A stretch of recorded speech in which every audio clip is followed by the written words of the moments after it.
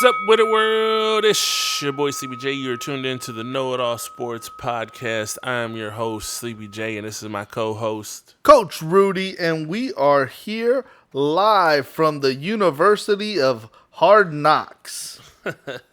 Oh, the Hard Knocks. It's a hard knock life for us.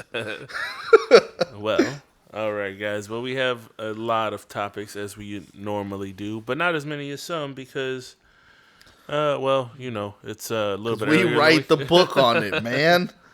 Be honest with it. We ain't got no one force feeding us what we got to say. Shoot, we don't even listen to what we're going to say. All right, so look, couple days from now will be Turkey Day, my favoriteest holiday of the year. The reason it is my favoriteest holiday, two things. It's because it revolves around food and football. And I am fat. The 3 F's. So because of that, even before I was fat, I loved food and football. But Football and turkey. because of that, our stupid takes that we heard this week, I'm going to refer to them as the turkey takes of the week. Stupid turkeys. I don't know if it's true, but you know that they say that turkeys will drown in the rain because they look up. I don't know, but And I think that's part of why they refer to them as a stupid bird. all right.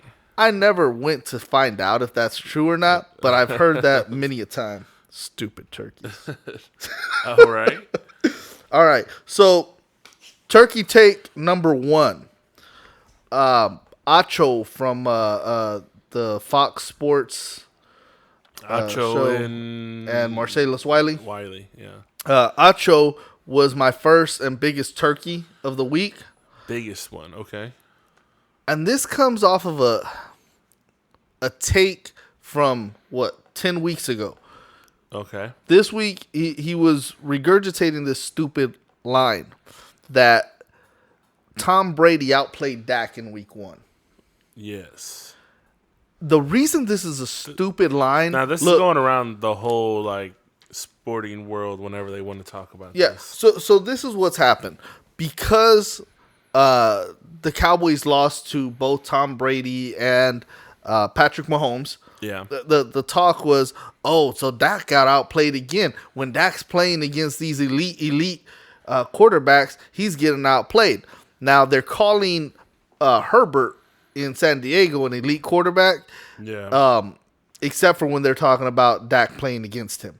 Okay. They talk about Matt Ryan being a real great quarterback unless they're talking about Dak playing against him. Okay. But stupid Acho's take, Turkey Acho's take was that Tom Brady outplayed Dak in week 1. Right. Dak had more passing yards than Tom Brady in week 1. Yeah.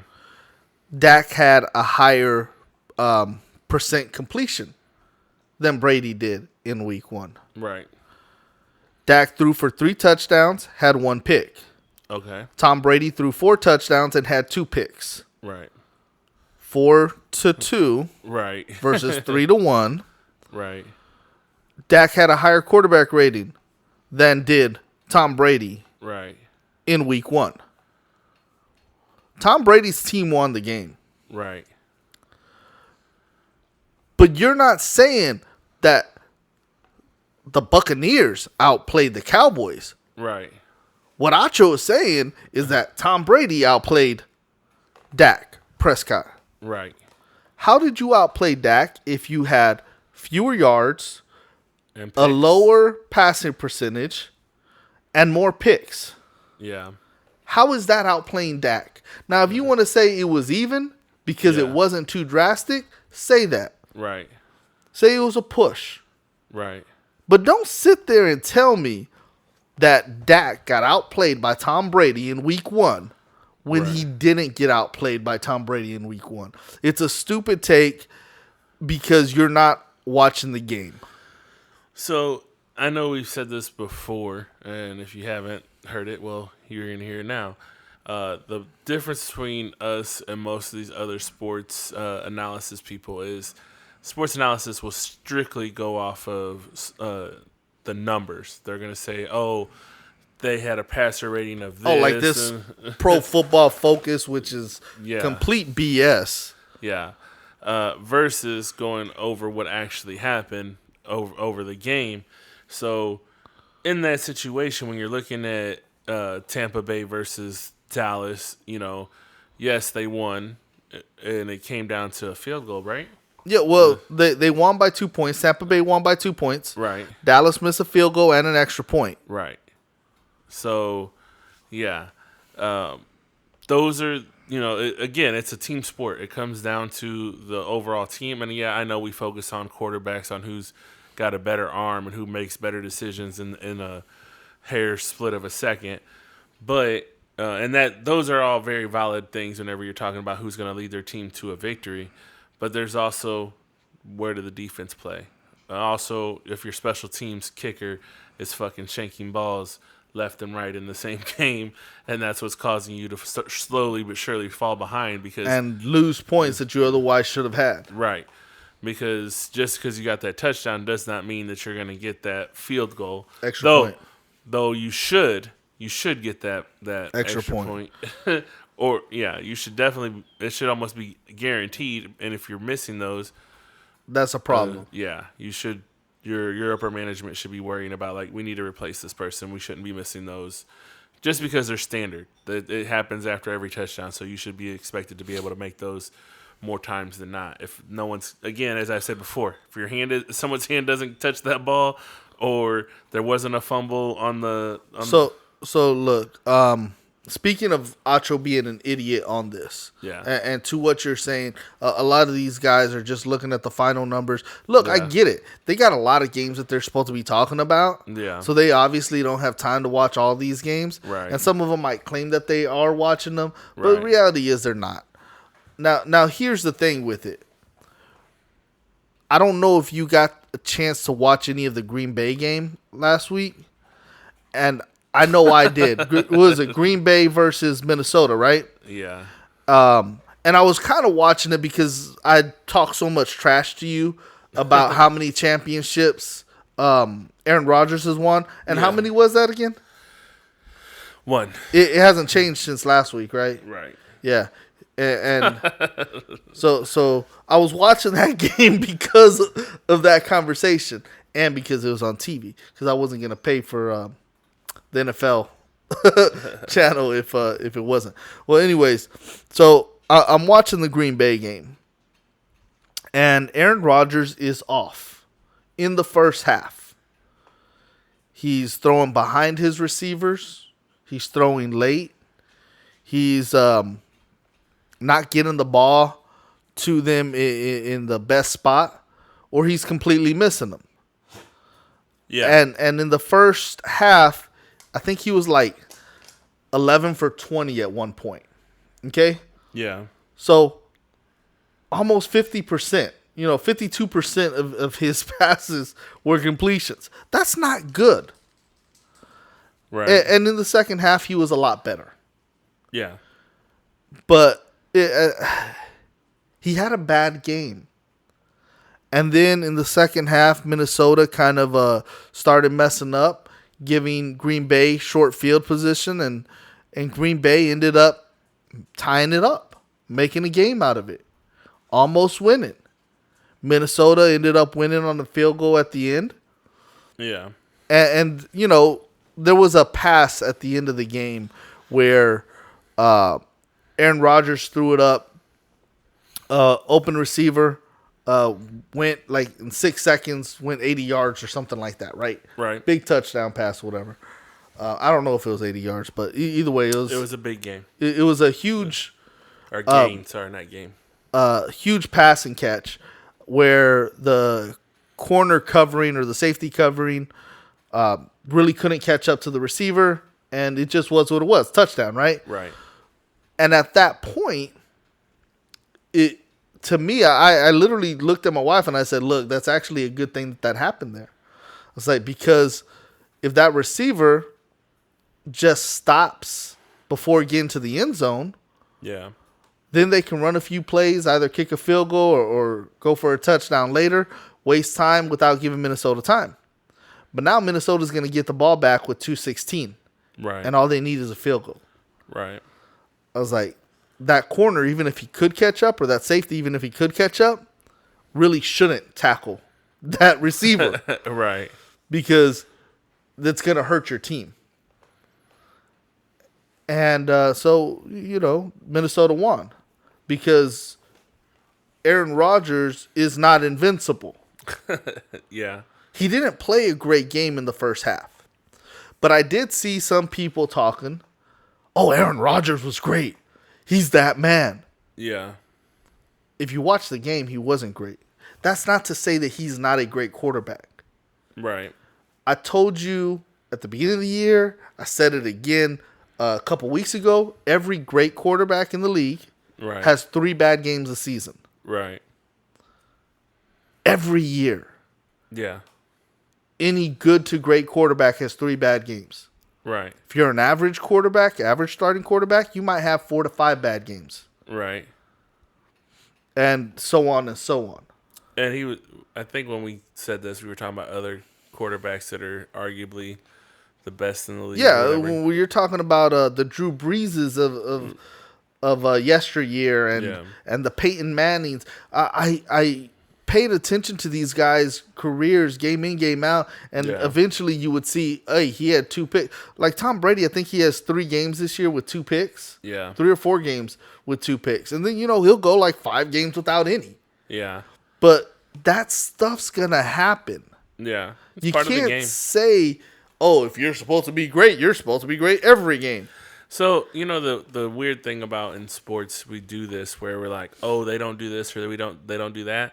But one of the things that people don't realize, like a lot of times, let's say in football, you'll have a quarterback that doesn't push himself to do better or to take those risks because like they start focusing on, oh, I've never had an interception against this team or all season. And so they start to, I think they hurt themselves by trying to live up to that standard of not doing those versus like you can have an interception and still win a game by a lot or come back. Like that goes to when I watch games in previous, I would tell people like the game's not over. I've seen it in halftime. I've seen it in the first quarter. Like, man, this is not looking good. But I always like I'm being the fact that I've played in this sport and I've watched it for so long. I always say like, it's only the first quarter. I'll say that all the way down to the fourth quarter, and it probably midway of the fourth quarter, it comes to a point of like it's going to be very hard to get out of this if they can do it. But yeah, and I am a firm believer in you give up until the last second is up. Yeah, it's a 60-minute game. Yeah. You play every one of those seconds. Yeah. If you really are a fighter, if you're really trying to get that dub. Yeah. Now, you're not going to win all of them. Yeah. Look, let's take a glimpse back to the Cowboys Dynasties of the 90s. Yeah. I bring up the 92 season often and the fact that we lost to the Los Angeles Rams. And we lost to the Rams. We were the best team in football, and they were the worst team in football. Right. And then you can look back to other seasons where we played the 49ers, and they beat the brakes out of us in the regular season. Then we go to the playoffs, and we beat the brakes off of them. Right. You're going to lose some games. You're going to lose some big games against big teams that you were thinking you could beat or should beat. We've measuring stick games. We've talked about this in the past about certain teams of like, in the playoffs, if we go against this team, we win. If we go against this team, we lose. And it wasn't but that team might have lost to the team that we said that we were going to beat. Yeah. And it just comes down to sometimes matchups. Yeah. Sometimes you just have that person's number. There's no way around. Like, man, in our fantasy league, we were just talking about a team like you said that beat you twice in the season, and you're like, man, if I play him in the playoffs, I don't really want that because I'll probably lose to that because he's already beat you twice.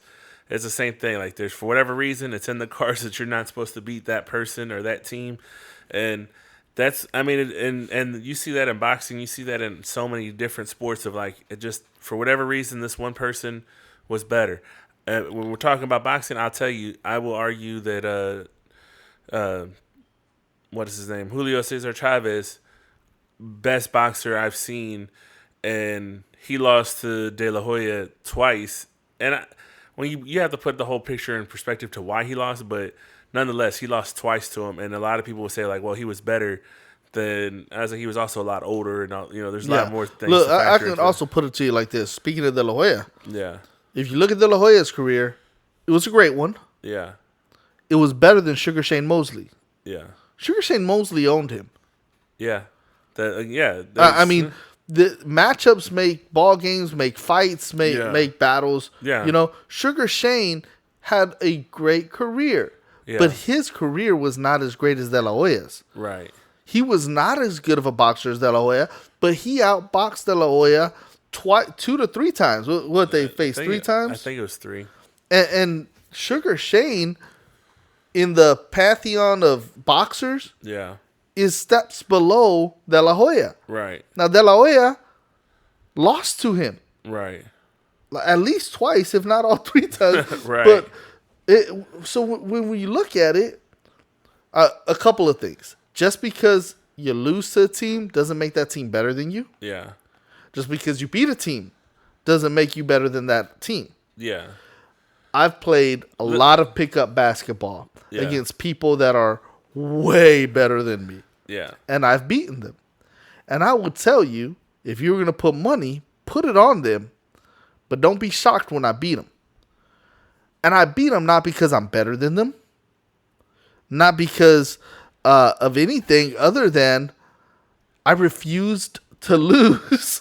Right. But if that person played against a stud, Yeah. you want that person on your team, not me. like Yeah. I might get some wins, but I'm not good. Yeah. when it comes to basketball, I can play defense, I can get rebounds. I'm an awful shooter, but I might beat you. Yeah. I mean, again, there's so many factors that go into, I just know, like, you can learn someone's tendencies, and that's why every time I play him, I see it in his eye. I see he has a tick that someone else doesn't necessarily get. Like, some people just don't see. Or some people can't exploit it. Yeah. Even if they see it, they're like, yeah, but I just can't get to it. Yeah. There's, the Micah Parsons. It's just like he's just that much faster than, even though you see it, you see those people that are. Speaking of that, and I know we're supposed to talk about this later, but you brought him up, and I loved this play in the game. So Parsons was putting so much pressure on Patrick Mahomes in the game that there was this one play where I think Patrick ends up running for a first down in the second half or whatever, right? Okay. So Parsons keeps seeing, or Mahomes keeps seeing Parsons like right on his tail. Even if he gets rid of the ball, he keeps seeing Parsons there. Right. So at one point, Mahomes is rolling out to the left, and he sees Parsons is behind him, and so then he actually turns his head all the way back to make sure Parsons isn't there before he cuts up and goes for the first. Right. Like, you don't see a quarterback looking behind their back to see who's there. Right. But Parsons was in his grill so often that he was afraid of him. Terrorizing him. Yeah. he was seeing ghosts with Parsons out there. And to me, that says 2 things. Parsons should be on the line versus playing linebacker. Yeah. A lot more often anyways. And that Mahomes, with as great of a quarterback as he is, still realizes he has to fear certain plays. Yeah. Well, I mean, we've criticized Kansas City for their defense not being there, their line not necessarily holding up as much as they should be. So shouldn't be surprised whenever you have elites that are coming for you, especially as we've said that I think by the end of the season, though no one's giving them their credit, I think by the end of the season you'll have to say like, their defense was a lot better than they got credit for. All right, so let's go on. Are we done talking about the turkey acho? Yeah, we'll move on to the next. Him and his idiot self. All right, so look, some of you are going to hate that I say this because you're Cowboy fans and No one wants to hear a bad word about a former Cowboy. Yeah. But before we get into this, I just want to mention that I just read online, ESPN, that Adrian Peterson got cut from the Titans. guess he's not getting those 4,000 yards he was aiming for. Yeah. Thanks for that information because I hadn't heard that. Yeah, I just seen that it broke at like 6 o'clock that they cut him. Oh, wow. So on Twitter today, Dez Bryant, former Dallas Cowboy wide receiver, former 88. This one hurts because I am a huge Dez Bryant fan. I hate that he's not even in the league. That's how much of a fan I am. So Dez Bryant, if y'all don't know, has a tendency of getting his feelings hurt when people talk trash about him. Yeah. He gets mad and he'll go on these rants. And over the years, he's gotten better at kind of putting it behind him. But even as recently as last week, I saw him go on a Twitter rant about being pissed off about people talking about him. Well, Dez Bryant didn't seem to realize that he attracts some of this attention by talking trash on people. Yeah.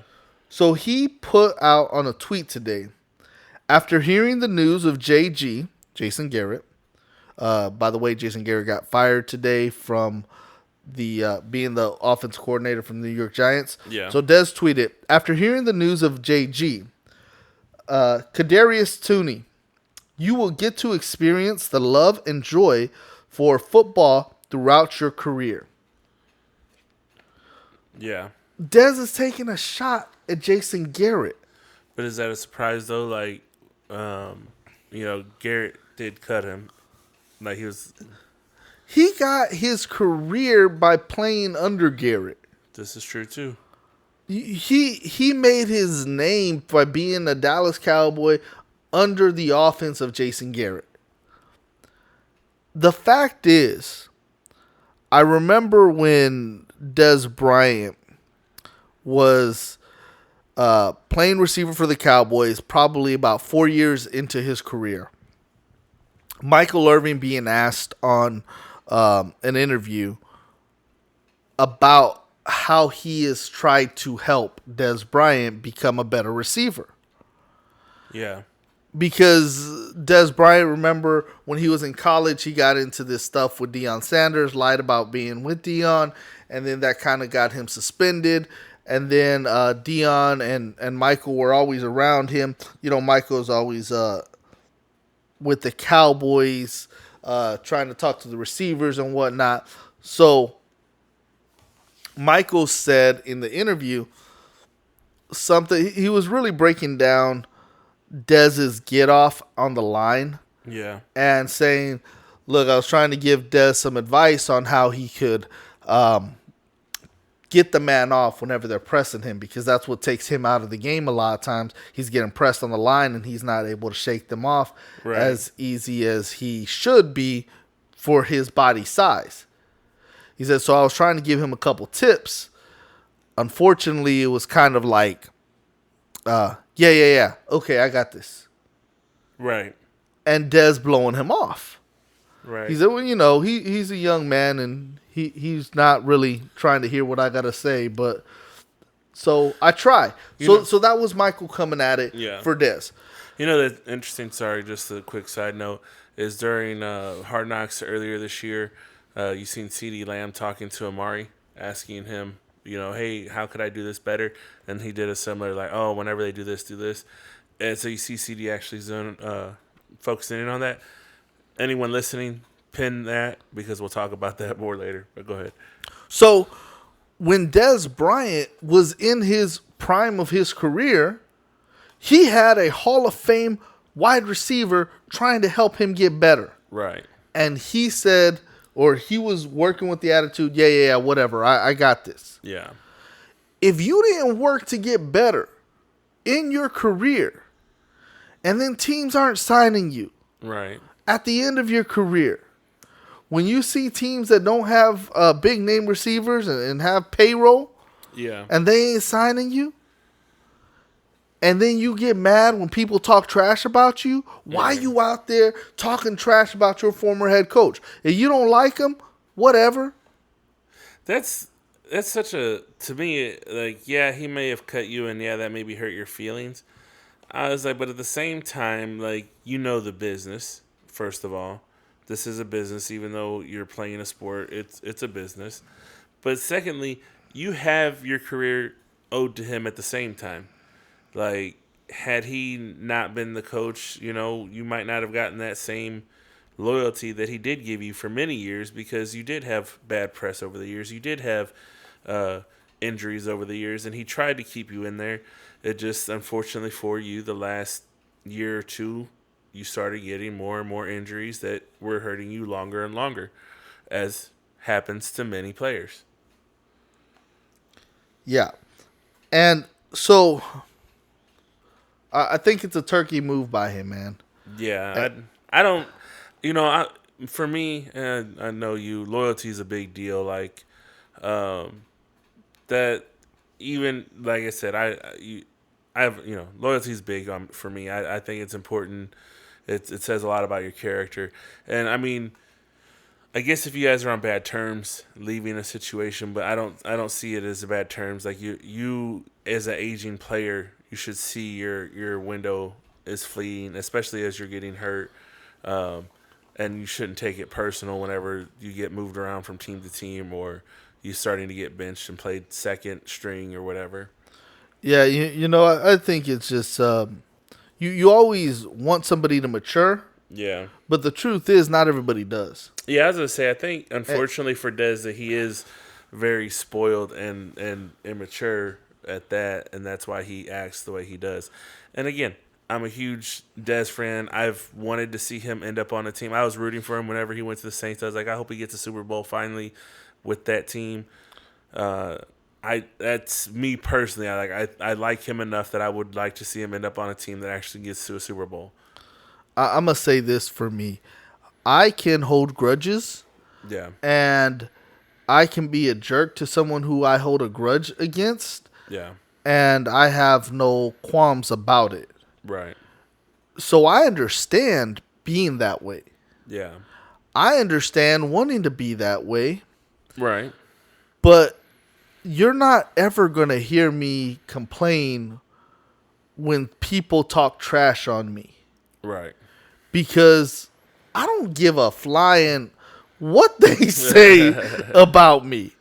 I don't get that sensitive. I ain't getting my feelings hurt. Yeah. I don't care who it is, what they got to say. I I can guess I just comprehend. don't care enough about other people's opinions of me if they're negative. Yeah, And Dez does. being the small public figure that I am, doing music and podcasts or whatever, uh, I often think about. I hear people fold under pressure. They say, "Oh, they were dragging me. They were doing this," and that's when they start messing up. And for me, it is important for me to have my following like and support what I'm doing. But at the same time, I also can compartmentalize the idea that, like, you know what, it's not for everyone. It's not gonna always be on the up and up. And at the end of the day, I've had this conversation. I don't know with you, but I've had this conversation at least with my wife, where I was like, I don't really need those that are closest to me to necessarily like give me praise for doing something Uh that I huh. do. But I definitely do need to know that they don't think that I'm a piece of shit or something like that. As I said, that to me is more important than somebody that doesn't know me on the internet calling me a piece of shit, or saying that, oh, he couldn't cut it as this person that did da da da da da. Like that. I mean, I can get mad, and in a moment, my immediate response is to let me go in and defend myself. And I've done this a few times where someone will comment on a YouTube or something like that, and I'll immediately want to just jump in and fire back. But as I'm firing back, I delete it, and I usually just say, you know what, you're right. You have a good day. Appreciate you viewing it. Because there's two ways of me thinking about it. One, it's got to annoy you that I chose to tell you thank you for watching and didn't go there with you. So you're probably going to leave me alone. But the other thing is, like, again, the important thing is that the people that I care about the most don't have those ill-gotten feelings for me. So anybody else outside of that, I give a fuck about what y'all think about me, of how well I do, as long as I know my mom and my wife and everyone that I care about the most are Whose supporting me. opinions you value. Yeah. Yeah. Because y'all know, like, that's the thing. Like, those people know me. I think one of the things is, though, with some people like Dez, like a lot of people who at some point have celebrity thrust upon them, they feel the need for outside validation, for them to feel like a success themselves. They need others to feed their ego, whether it's conscious or subconscious. That's kind of what happens to a lot of them, and I think Dez falls into that category. But once again, he fails to recognize that by him taking a shot at Jason Garrett, who Jason Garrett's not going to come out and say anything negative about Dez Bryant, because that's not what Jason Garrett does publicly. Right. But by him taking shots at Jason Garrett, not only are you burning a bridge in case Jason Garrett ever gets a front office job and wants to offer you something. Yeah. Who thought of, you know what, man, maybe you weren't able to cut it anymore on the field, but I think I could find a role for you. Right. Because honestly, Jason Garrett's the kind of guy that would find himself in that position. For someone that's petitioned to try and get back in the Cowboys organization, because I know earlier this year he was like, he was on the sideline and he was trying to get on the field. And well, I'm just saying, Dez. Like, Dez had publicly said, like, I don't care, I just want to be a part of this greatness. And then that Garrett has close ties to Jerry and him. Jerry. So one would definitely take to the idea of, like, you know what, there's a good possibility that Garrett could end up back in the organization. In some role. Yeah. And that could be the determining factor of, like, you know what, you're right. You brought me back and I want to bring him back, and we're going to bring him on as maybe a wide receiver coach. Yep. Yeah. Yeah, so it's a turkey take. So, Dez, be better, man. I mean, look, be better or stop crying when people insult you. Because if you're going to be crying when people insult you and telling people to stop that stuff and that you ain't right and blah, blah, blah, then don't be insulting others either. And if you are, be ready for this backlash, man. I don't care if you like Jason Garrett or not. When you start taking aim at people, then understand that that's why people take aim at you. For the same ill will feelings that you have. Right. So yeah, that's you get what you put out, and that's like goes back to what I was saying. Like I could defend myself in a lot of cases, and I choose to usually hit them with more positivity because I'm just trying to be more positive than I am negative. But you know as well as I do, I don't mind going to the dirt with you if that's where we're going. But look, I try to stay positive and not go there with people. I literally got an ace up my sleeve. Yeah, and that's always been. As a representation of what I have in case you want to throw jabs at me. Right. If you want to go there with me. One of my best friends from elementary, one day we were playing basketball. Yeah. And he starts talking trash about my sister. And I tell him that day, I'm like, yo man, just cut that out. Not today. I ain't feeling it. Don't be saying nothing today. Yeah. He keeps doing it. And I tell him, like, yo, I told you, not today, bro. He keeps doing it. Like, you going to go there, I'm going to go there. Right. And his soft point was his fiance/wife. I don't remember at that point if they were married or if they were just engaged. Right. But since he kept going there, I went there. I started saying negative stuff about her, and oh man, did it tick him off. Because look, I got the guns. Yeah. I can pull them out. Yeah. You want to go there, I know where your soft spot is, and I can attack it. Yeah. And one of my friends had to get in between us, and later I was laughing about it. My buddy's like, yeah, man, if y'all would have win at it, I was going to have to back him up. I laughed. I said, "Why is that?" He said, "Because you were about to kill him. Like, he can't handle you." I was like, "Yeah, well, I was gonna have to kick both of y'all then." You know, it's funny. I was at work and we were talking about people that annoy us or didn't like, we don't like or whatever. I said, "Here's the thing." I said, "I'm an asshole, and I've had people, our cousins' boyfriends or whatever, be like, 'I don't like the way he talks to me.'" I said, "Yeah, but here's the thing. I talk to you." I said, "I prefer not to talk to you." I said, "But I can be cordial. I can still be, whatever." I said, "But I was like, yeah, I'm definitely the person that's like, yeah, if I don't like you, I definitely let it be known that I don't like you." Yeah, like one of our cousins has a husband who has a Nazi swastika tattooed to him, Yeah. and he wonders why we don't like him. Like, dude, look at your freaking. I mean, seriously. First off, you're a jerk. Yeah. Second of all, do you not even realize what kind of tattoo you have? You know, we minorities here and what that symbol stands for. Yeah. And you walking around like that. Look, you lucky we ain't put you out. But Yeah. anyways, That's a whole nother story.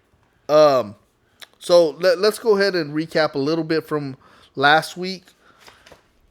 And first off, as far as wins losses, Yeah. last week I had a 9-6 record, not spectacular but not horrible, and you had a 7-8 record, Yeah. which just couple games difference.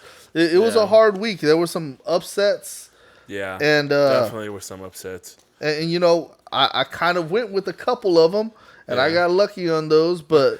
Well, I mean, there's the upsets, and then we also had those where they're coin tosses, which often is usually what makes the difference. It really is. It really is. In our picks, because we'll be like, "Oh, well, this is a smart bet, and this one's the not so," and someone will take those gambles on those, and then there's the ones where like it kind of is a toss up. Either way, either one could win that game. So look, like one of the big things was last week the Titans were favored by 10.5, and I Yeah. took the Texans. I told you all I season know. long I'm picking against them. This week, Yeah. watch out for that upset. yeah, that one when I seen it, I was like, "Bruh," like we literally had that discussion about, oh man. And the Titans they did some tightening up today. For what I was just reading online, they made some defensive upgrades. They picked up Golden Tate while they dropped Oh wow, Adrian Peterson.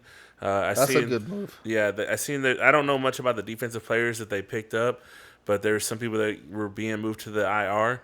So they may be doing the right adjustments. So they might have a big win this coming up week. Yeah, so that one was a big upset, so to speak. Yeah, That happened. it was definitely unexpected, probably by Vegas standards. Oh yeah, I mean Titans were favored by 10.5. I mean Yeah. that was huge. So, yeah, But then I also took the Vikings to beat the Packers. yeah, You know that bad man Aaron Rodgers that everyone fears yeah, lost to the team that Cooper Rush beat. yeah, Cooper Rush, the quarterback that you hate like with the passion of the Christ. yeah, Yeah, Cooper Rush beat the Vikings, yeah, and the Vikings beat your man crush Aaron Rodgers. yeah. The ugly dude who dresses ugly and is stupid. Yeah. So I kind of picked both those games. So they kind of like were probably the difference in my 9-6 and your 7-8. You know the thing to that is we talked about Tannehill of not trusting him with your team moving forward. Yeah, into definitely. into a Super Bowl, and also the same thing with Aaron Rodgers. You're going at him, but if we were gonna say your quarterbacks of Cousins or Aaron Rodgers, you would argue that like, well, there's no contest. Aaron Rodgers. Oh, of course. And also one of the ones that I got right too is the Colts beating the brakes off the Bills. That was You took the Bills on that one. Yeah. But look, it's not like I was very. I'm gonna blame Hard Knocks. It's not like I was completely sold on the Colts, but Yeah. those types of things happened last week. And, generally speaking, people thought the Colts, all three of those, Yeah. people thought that the opposite team was going to win. So the thing about the Colts, and it's interesting because I mentioned it to you before. They're doing a Hard Knocks in season.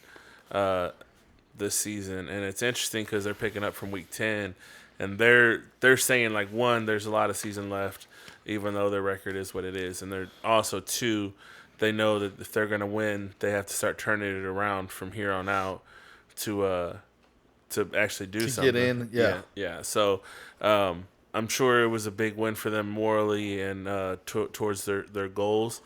Right, the running back had 5 touchdowns. That was just pimp.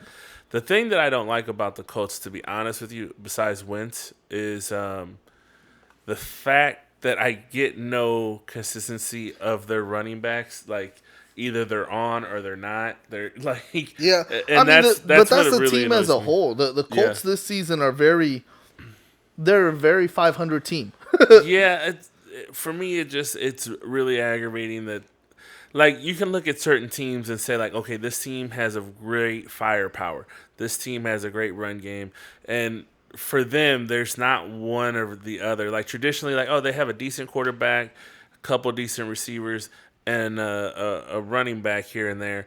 And it makes them a little better, a little bit above average team.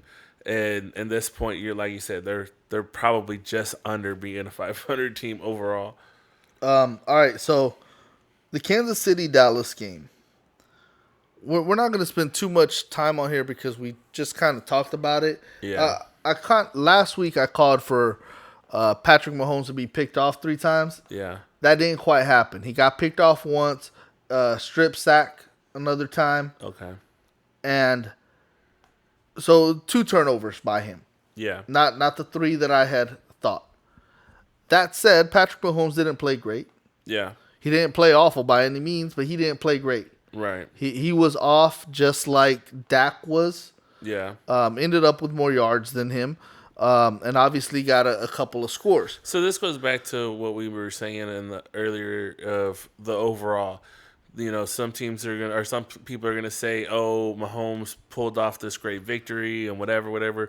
And sure, the numbers might slightly slant that way and seem as though, but when you really break it down, like, no, it was pretty even, and it just so happened that one just edged the other one out at the end of the game. Yeah, I mean, there was no point in this game where Kansas City had more than 2-score lead on the Cowboys. Yeah, I will say going into this game, I expected this wasn't the outcome I expected. Well, yeah, this wasn't what I expected. What I expected in this game was honestly more of a Tampa Bay style game where it was going to be like, it's going to come down to the wire. It's going to be a shootout. And that's kind of what I was hoping for and wanting from this. I expected the Cowboys to jump on them, and I expected Kansas City to make errors on their way of trying to keep up. Yeah. And honestly, if you would have told me that the Cowboys defense keeps them 19 points, yeah, I wouldn't have been shocked. Yeah. Because I thought, yeah, that means that Patrick had a couple turnovers. Yeah. And the defense played well. But look, man, Parsons rocked. Yeah. His defense was outstanding. I don't think that they gave... look, there was one chance that Diggs had at a pick in the first quarter where the ball bounced off of a receiver's hands. Yeah. And Diggs just didn't... I think Diggs was just a step too far from getting it. Yeah. But he wasn't prepared for it to fall out of that receiver's hands. And the ball was thrown behind the receiver, and that's why it happened. Yeah. But when I saw that, I was like, oh, Diggs, this was a pick 6. And you know what, though? He didn't get a pick. Yeah. I also want to point out that, you know, the game, like, I wanted the Cowboys to win, obviously. But I also wasn't surprised that Kansas City won because it's very much do or die right now for the Kansas City team. Well, yeah, and also what you usually hear me say is I hate picking against Kansas City in Kansas City. Yeah. I picked the Cowboys because I really thought that they were going to stick to their run game, which they didn't. Right. They didn't even try to stick to it, even though Pollard played great to me. Zeke got hurt early on, but I really, and you don't hear me say this much about Pollard. Yeah. Pollard balled. Yeah. I don't care if he only had 50 yards. He played well. He was picking up blocks. I picked him up in my fantasy team. He definitely came in through on a clutch for me. So yeah, so I really liked how Pollard played.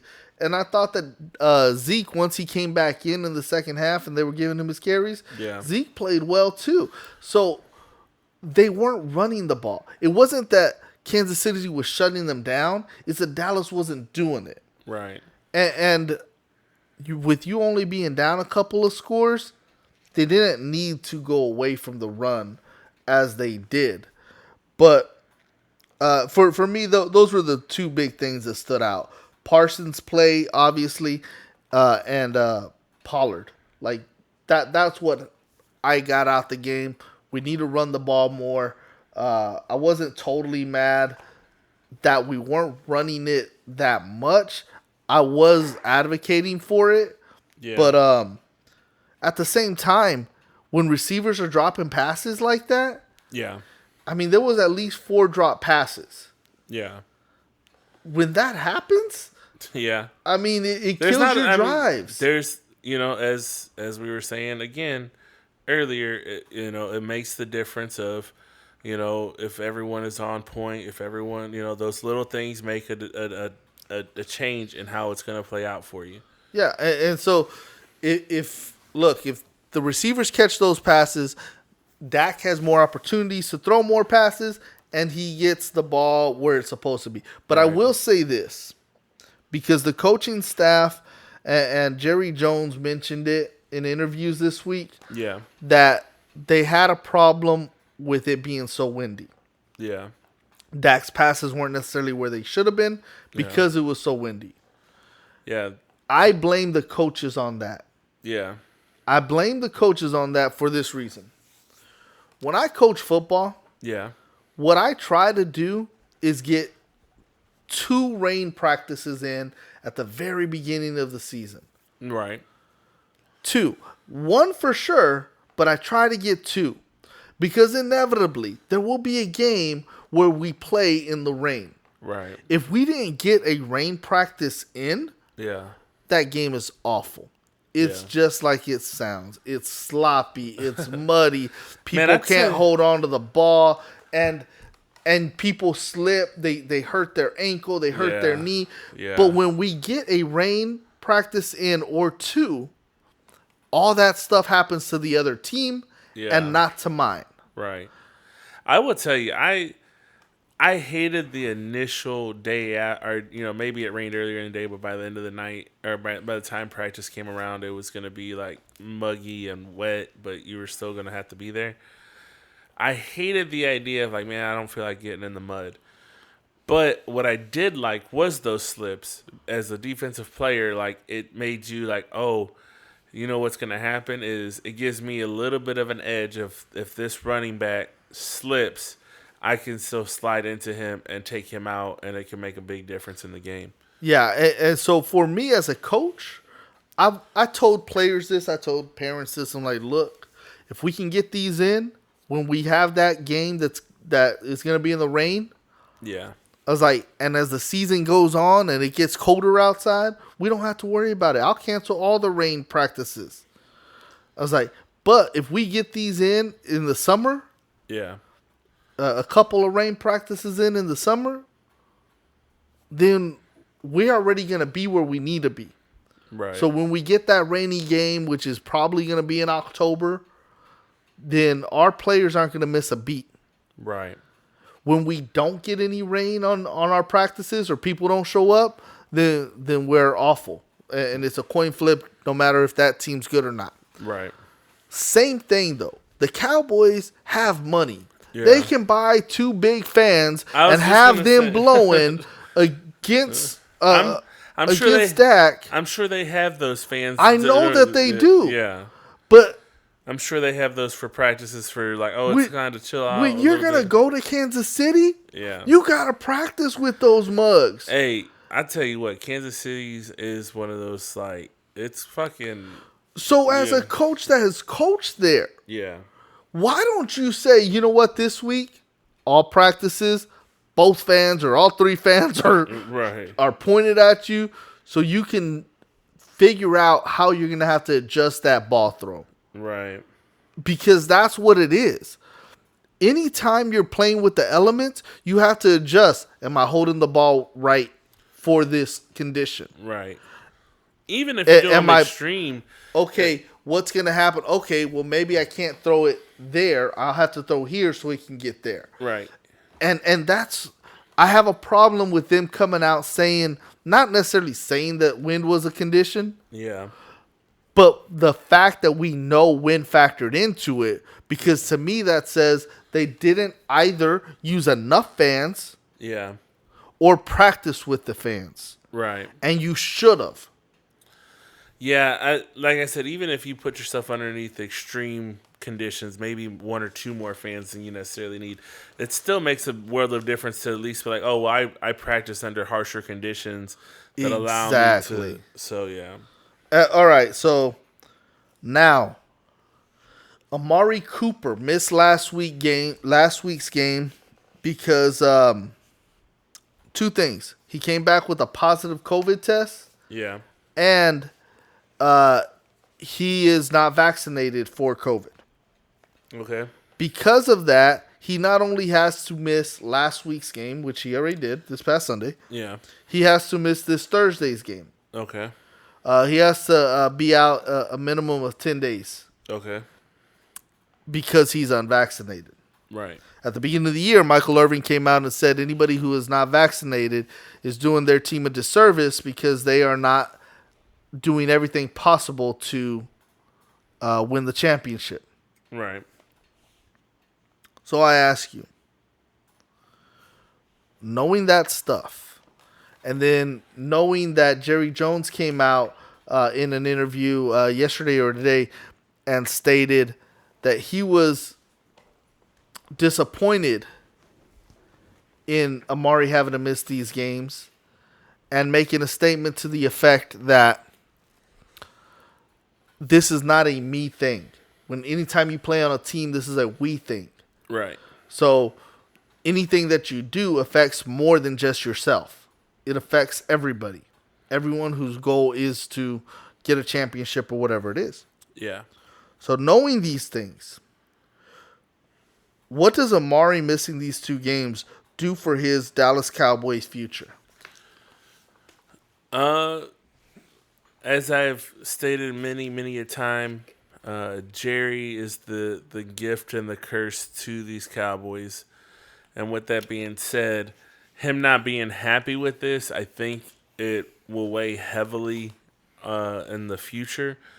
But what I would say, my personal opinion of going forward is that I still see Amari as a very valuable asset for the remainder of this year. I see that. I think that him missing and his lack of presence actually shows how much he is needed on the team still. But I also said, as we were talking earlier about CeeDee Lamb taking the time out to ask him certain questions on how to get better. And even though CeeDee has also made it very clear that his intentions are to get to that number one wide receiver spot, I don't think he's quite there yet. You said off air that you think probably by next year, the progress, as we've said in previous episodes, where the line was forced to have to step up their game last season, and in turn this season they are better. One would say that would probably still happen if Amari was for CeeDee. Yeah, if Amari was gone, CeeDee would be able to step up and be better next year. But even if he is, I still think he's still better on the team as a threat. Whether you use him on this position or that position, or even just knowing he's there, it goes back to the depth of the team. The valuable if one person's down. Like, that's one thing that I think's kept us rolling, is while one person is down, you still have someone that's still just as, well, maybe not just as good, but enough of a threat that we can continue to keep the team rolling. Well, let's be honest. With CeeDee and Amari, you essentially have two number one receivers. Right. You don't have just a number one and a number two receiver, right, like you did with Gallup. Gallup is a number two receiver. Yeah. He's a damn good number two receiver. He's a great number three receiver. Right. But he's a damn good number two receiver, a la Alvin Harper. You know, make the spectacular catch. Right.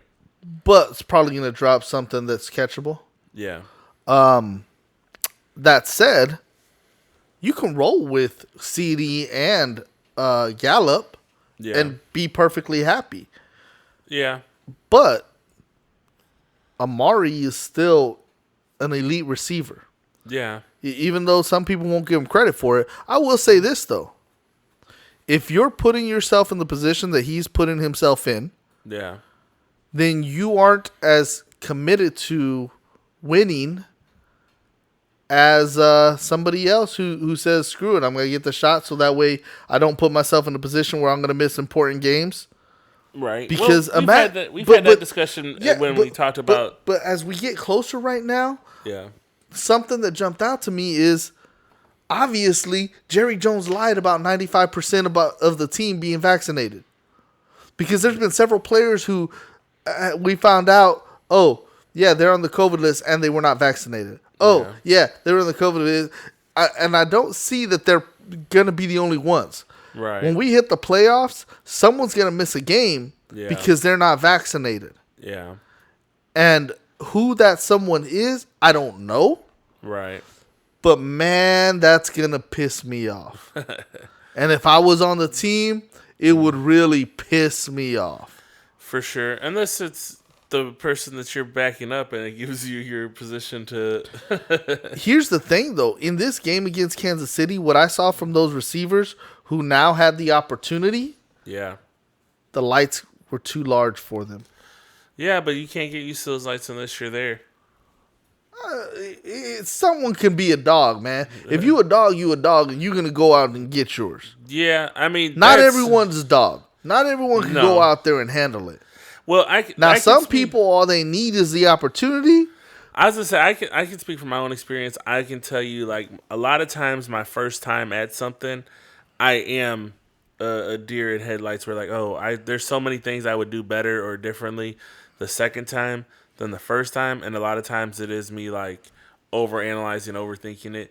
So I can be in a situation where, like, I messed up because I wasn't in the moment. I was too busy, like, focusing on all the other things I shouldn't have been. You know, when I go back and I look at the Cowboys teams from the 90s, the last dynasty that we had, one of the things that team did is, even though they knew they were better than everybody, week in, week out, they went out there with a simple game plan. We're going to beat you at this position. We're going to beat you on this possession. Right. We're not going to change what we do. We're going to beat you playing our style of football. We're going to beat you with it because we're better than you. One of the things that's happening with this team that we currently have is a little bit of the cockiness that comes in with, look, because we can beat you any way, which way that we want, sometimes coming in there with that cockiness, which I kind of like, it can backfire. Because you have guys who aren't those dogs. The Cedric Wilson dropping passes. The Michael Gallup dropping passes. With that other Cowboys team from the 90s, we were going to run the ball and we were going to pass it. You're going to know the 6 passes that we're shooting. Right. Can you stop them? And you couldn't. Now, when we have our studs out there, this Cowboy team hasn't been stopped. Not when we have our studs. Against Denver, we had injured receivers. In this game, we had injured receivers and missing receivers and a missing left tackle. And it hurt us. It really bit us in the butt, and the Cowboys lost. Yeah. If they face Kansas City again, is this going to happen again? I don't think so. But we'll see. Now, the other thing before we get to our picks, actually, that's it. That was it? Yeah. So let's get to the picks. Now, the Bears are going to play the Lions. Obviously, this is in Detroit. This is going to be on Thursday. I am taking the Bears, and you are taking the Lions. I think it's a coin flip. Yeah. I don't see either one being a good team. Bears should have won a game this last week, and they ended up losing. They were leading Baltimore the whole game, and then they blew it at the end. Yeah.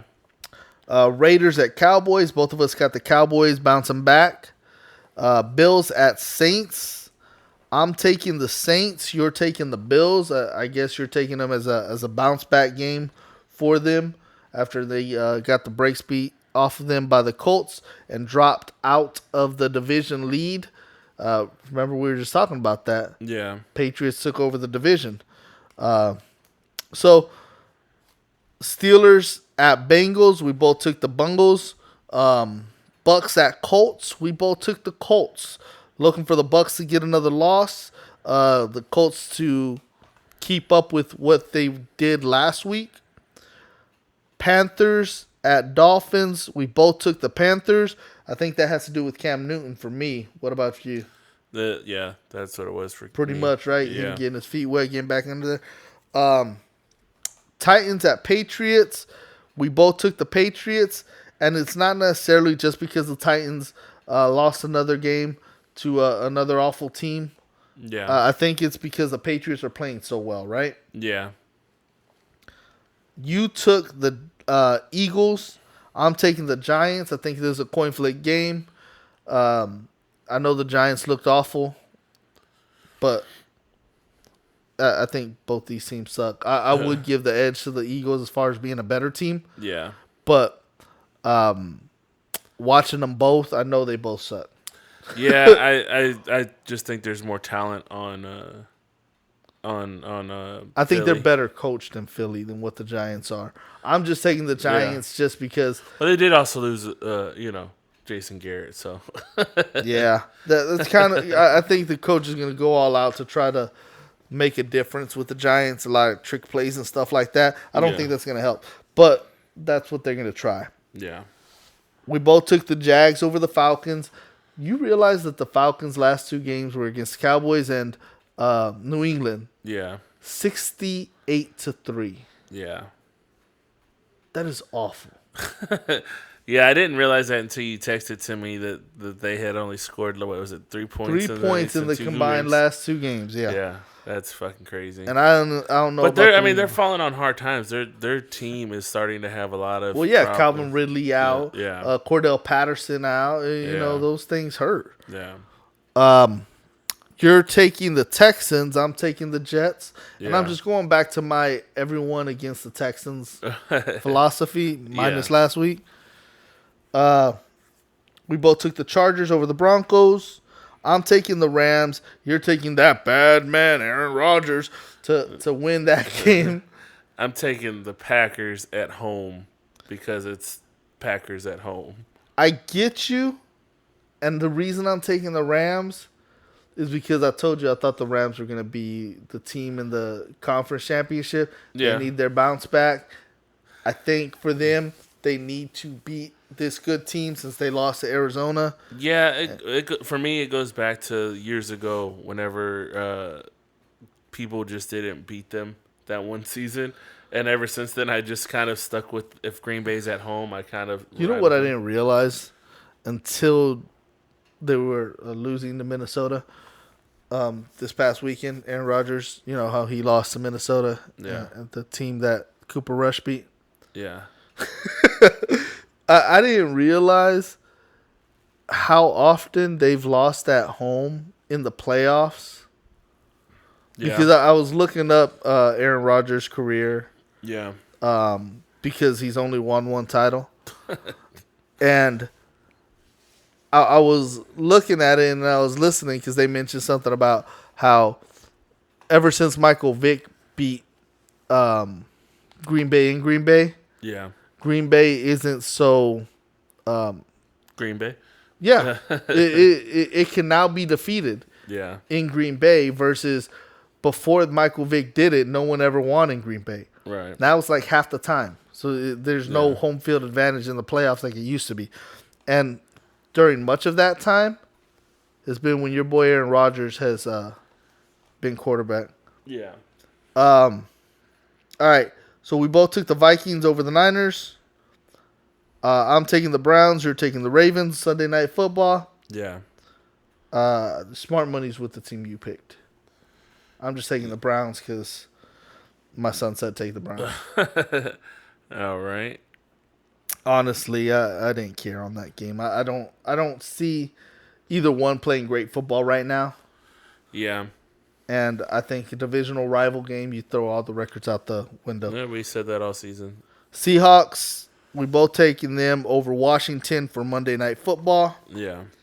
And that is it. Hot Chip Challenge coming hopefully this week that we get that done and recorded. Yeah. I'm not looking forward to it. I am. But with that said, guys, please like, comment, share, subscribe if you guys haven't already. We do see our numbers going up, so we do appreciate you, loyal supporters, each and every week. If you would like to continue to support, please, again, like, comment, share, subscribe. Follow me on Twitter, TikTok, and Instagram at SleepyJ, SLEEP_E_J. That's two E's in sleep, sorry. You said it. Okay. And you can hit me up on Twitter at RudyV1982. If you have any questions, comments, or challenges, I'm happy to ignore you. Reply to you. So just hit me up. And with that said, guys, I'm out. Happy Thanksgiving. Gobble, gobble.